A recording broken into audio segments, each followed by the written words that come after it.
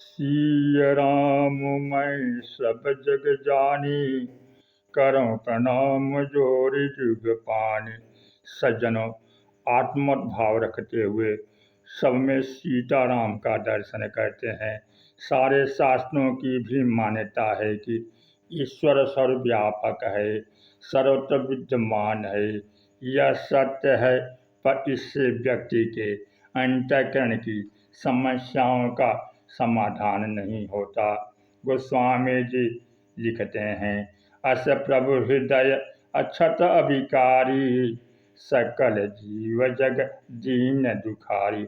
ऐसा ईश्वर जो प्रत्येक व्यक्ति के अंतःकरण में अभिकारी के रूप में मौजूद है, उसके रहते हुए व्यक्ति की दीनता और दरिद्रता में कोई अंतर दिखाई नहीं देता। नाम वंदना प्रसंग में गोस्वामी जी रत्न का दृष्टांत देते हुए कहते हैं कि रत्न होना ही काफी नहीं है, रत्न का मूल जानना जरूरी है। सो प्रगट जिमि मोल रतन ते, आपके पास रत्न हो जाए, सोना चांदी हो जाए, पर उसका मोल न मालूम हो, वह आपके लिए एक कांच का टुकड़ा है, खिलौना है, शोभा की वस्तु है। आपको तो उसका मोल तभी मालूम होगा जब आप किसी पारखी जौहरी के पास जाएंगे और जौहरी कहेगा कि यह कांच का टुकड़ा नहीं है, यह तो बेकीमती हीरा है। आपके अंतःकरण में प्रसन्नता होगी। राम नाम के बारे में भी बहुत प्रचलन है कि राम मुद्रिका मिल मुख माही, जलधि लांघ गए अचर जनाई। हनुमान जी राम नाम की मुद्री को मुख में धारण करके सागर पार कर गए। हम सब भी तो राम नाम का उच्चारण लेते हैं, किंतु नाम महिमा का ऐसा प्रभाव हमारे जीवन में दिखाई देता है क्या?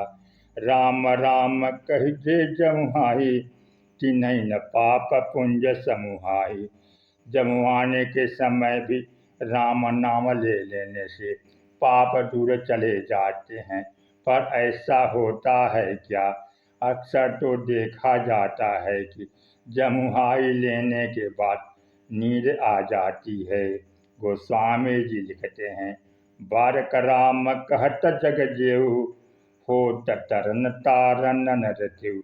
एक बार नाम लेने वाला स्वयं तो मुक्त होता ही है, वह दूसरे को भी मुक्ति प्रदान करने वाला हो जाता है। नाम की इतनी बड़ी महिमा है।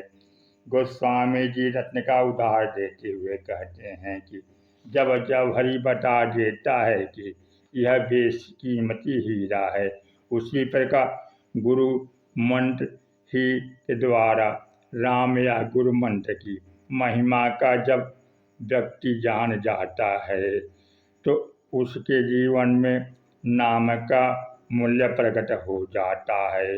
नाम निरूपण नाम जतन ते, सो प्रकट जिमि मोल रतन ते। राम नाम की दिव्य शक्ति का निरूपण करना ही जप है।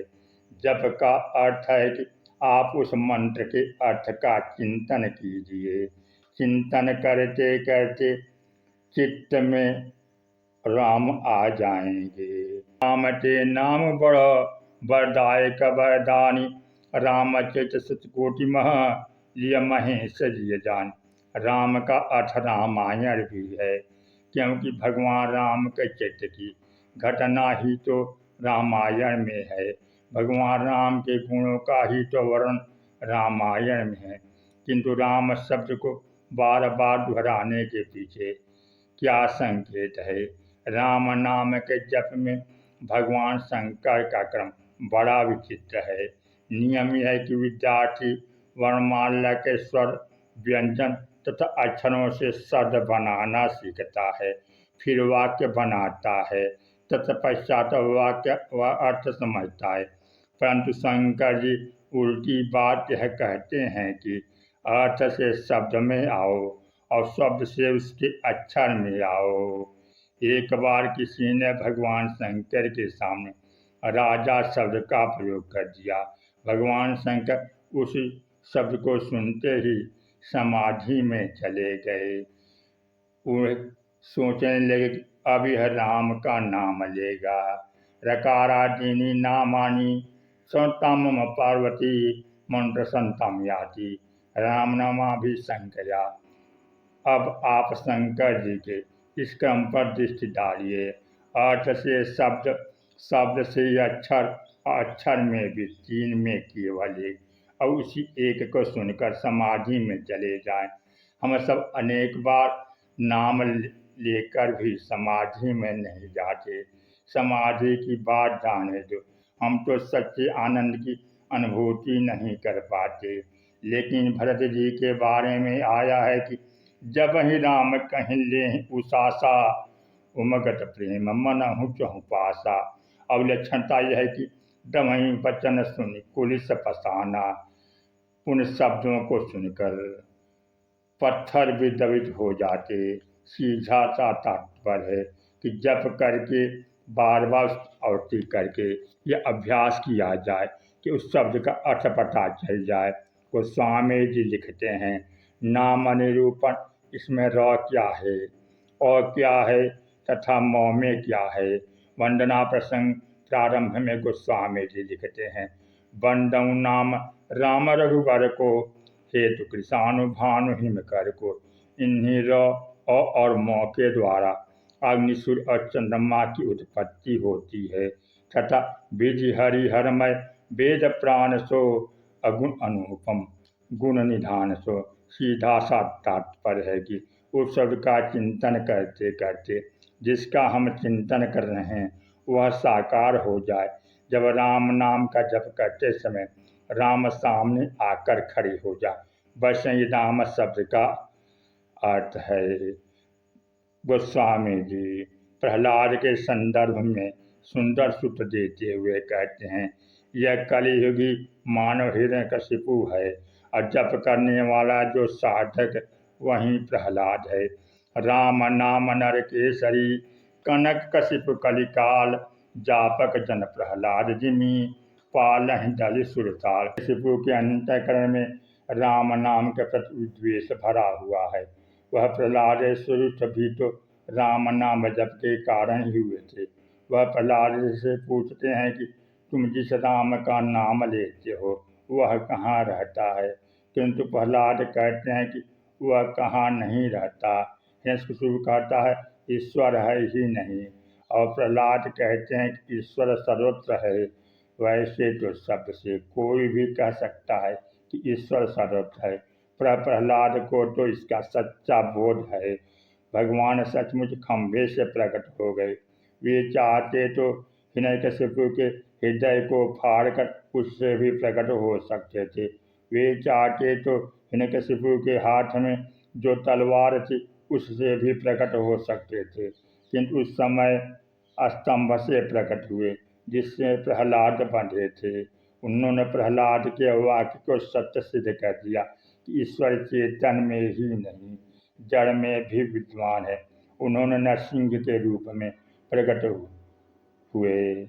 मनुष्य पशु पक्षी जड़ चेतन सब में ईश्वर विद्यमान है।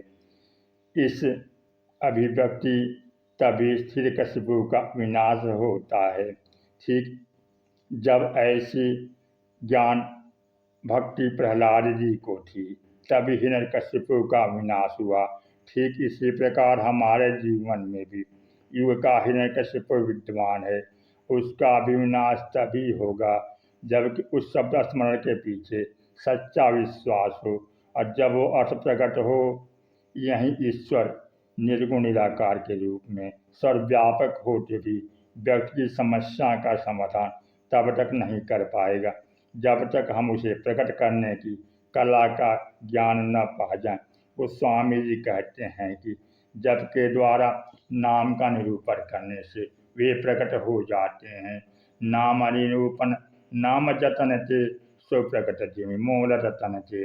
जैसे रत्न से मूल्य प्रकट हो जाता है उसी प्रकार वे भी प्रकट होकर हमारी समस्याओं का समाधान करते हैं। नाम वंदना की बहुत बड़ी महिमा है। रामचरित सागर था न पामय कोई, संतन संग जो सुने तुम्हें सुनाऊं सोई। अपने अपने घरन की सब काहू को पीर, तुम्हें पीर सब घरन की। जय जय जय रघुवीर, सियावर रामचंद्र की जय।